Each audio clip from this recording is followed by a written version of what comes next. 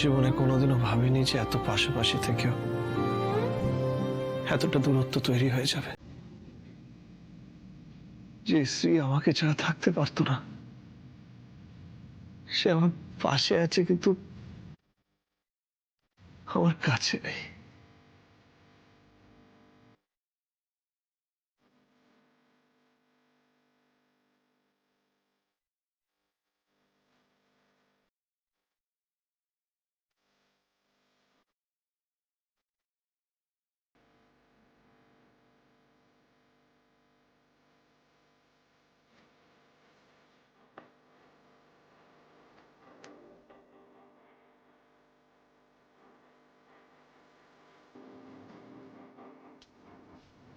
ভালোবাসি আপনাকে Shri, I really love you Shri.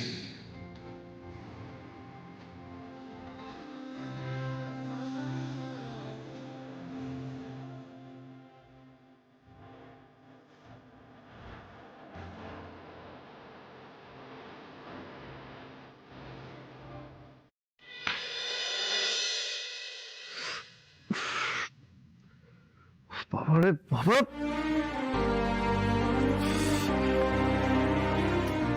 এই হয়েছে মশা, মনে হচ্ছে যেন মৌমাছির ঝাঁক।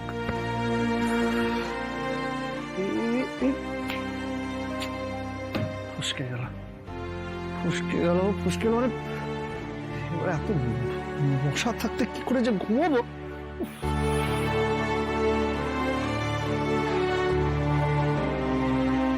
এই মশার উপদ্রবে তো ঘুমোতেও পারবে না, আর নিজে থেকে যে মশা মারার ধূপটা জ্বালাবে সেটাও তো পারে না। আমি কি গিয়ে ধূপটা জ্বালিয়ে দিয়ে আসবো? না না, আবার যদি হঠাৎ করে রাগ দেখায় আমার ওপরে।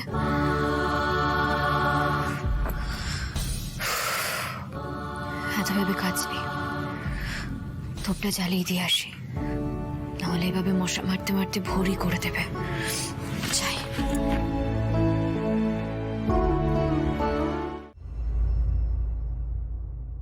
বাদল, তুই আমাকে সত্যি বিশ্বাস করিস তো বল? হ্যাঁ, কেন? এই নিয়ে তো সন্দেহ আছে? তুই চিরকাল আমাকে এভাবেই বিশ্বাস করবি তো বল? আবার এসব কি প্রশ্ন লাভলি? কেন, তোর কি আমাকে বিশ্বাস হয় না, নাকি তোর মনে এখনো কোনো সন্দেহ হচ্ছে আমাকে নিয়ে? এটা আমার উত্তর নয় বাদল, আমাকে উত্তর দে। হ্যাঁ, সারা জীবন তোকে এভাবেই বিশ্বাস করব। আর বিশ্বাস না করলে কি তোকে বিয়ে করতাম? তুই আমার বউ, তোকে বিশ্বাস করবো না তো কাকে বিশ্বাস করবো লাভলি? কিন্তু জানিস, আমার কোথাও একটা সন্দেহ হচ্ছে, মনের ভিতর না কেমন একটা খচখচ করছে আমার। কেন লাভলি? বিয়ের পরেও তোর এরকম কেন হচ্ছে বলতো? তুই কি আমাকে ভালোবাসিস না? বাসি, তোকে আমি খুব ভালোবাসি, কিন্তু কিন্তু কি? আমি একটা ভয় পাচ্ছি বাদল। কিসের ভয়? আরে সেটা তো আমাকে বলবি। হয়তো তোর দাদার বৌদিকে দেখে এটা হচ্ছে বাদল। লাভলি, এদিকে ঘোর, প্লিজ আমাকে বল না, তোর মনে ঠিক কি চলছে বলতো? এই বিশ্বাস আর ভরসার কথাগুলো তো তোর দাদা আর বৌদির মধ্যেও হয়তো হয়েছিল, কিন্তু এখন এখন ওদের কি অবস্থা বাদল? তোর কষ্ট হয় না? হলে এবার কি করবো বল? আর ওদের যে বিশ্বাসের ভিতটা নড়ে গেছে যে, সেটার কারণ তো ওরা নিজেরাই। তুই বিশ্বাস কর, আমাদের মধ্যে তেমন কোনো সমস্যা হবেই না। ওরা নিজেরা এর জন্য দায়ী, নাকি বাইরে থেকে কেউ ওদের মধ্যে ঢুকে পড়ে ভুল বোঝাবুঝি তৈরি করেছিল বল? তোর কি মনে হয়? মানে কি বলতে চাইছিস বলতো তুই? সত্যি বলতে বাদল, তুই বিশ্বাস করিস তোর বৌদিও আর এই সংসার করতে চায় না? দেখ, খালি চোখে দেখে যেটা বুঝি, বৌদি দাদাকে ছেড়েই যেতে চায়। খালি চোখে যা দেখা যায় সেটা সবসময় সত্যি হয় না বাদল। কাল যদি তুই আমাকে এরকম অবস্থায় দেখিস, তুইও কি আমাকে অবিশ্বাস করবি? তাহলে আর সম্পর্কের দাম কোথায়? আরে না, একেবারেই না, তোকে আমি কোনোভাবেই ছেড়ে যেতে দেবো না লাভলি। আর বিশ্বাস কর, আমি এটাও চাই না যে বৌদি এই বাড়ি ছেড়ে চলে যাক। সত্যি? তুই সত্যি চাস না? হ্যাঁ রে বাবা, 3 সত্যি বলছি। আমার দিব্যি কি বল? তোর দিব্যি বলছি।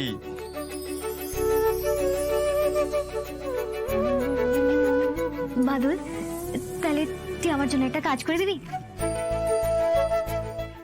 কি করবো মা, কাজের খোঁজে সকালেই বেরোতে হয়েছিল। একটা বন্ধুর বাড়ি গেছিলাম চাকরি খুঁজতে। কদিন আগে কথা হয়েছিল ওর সাথে একটা কাজের ব্যাপারে, তাই দেখা করে আসলাম।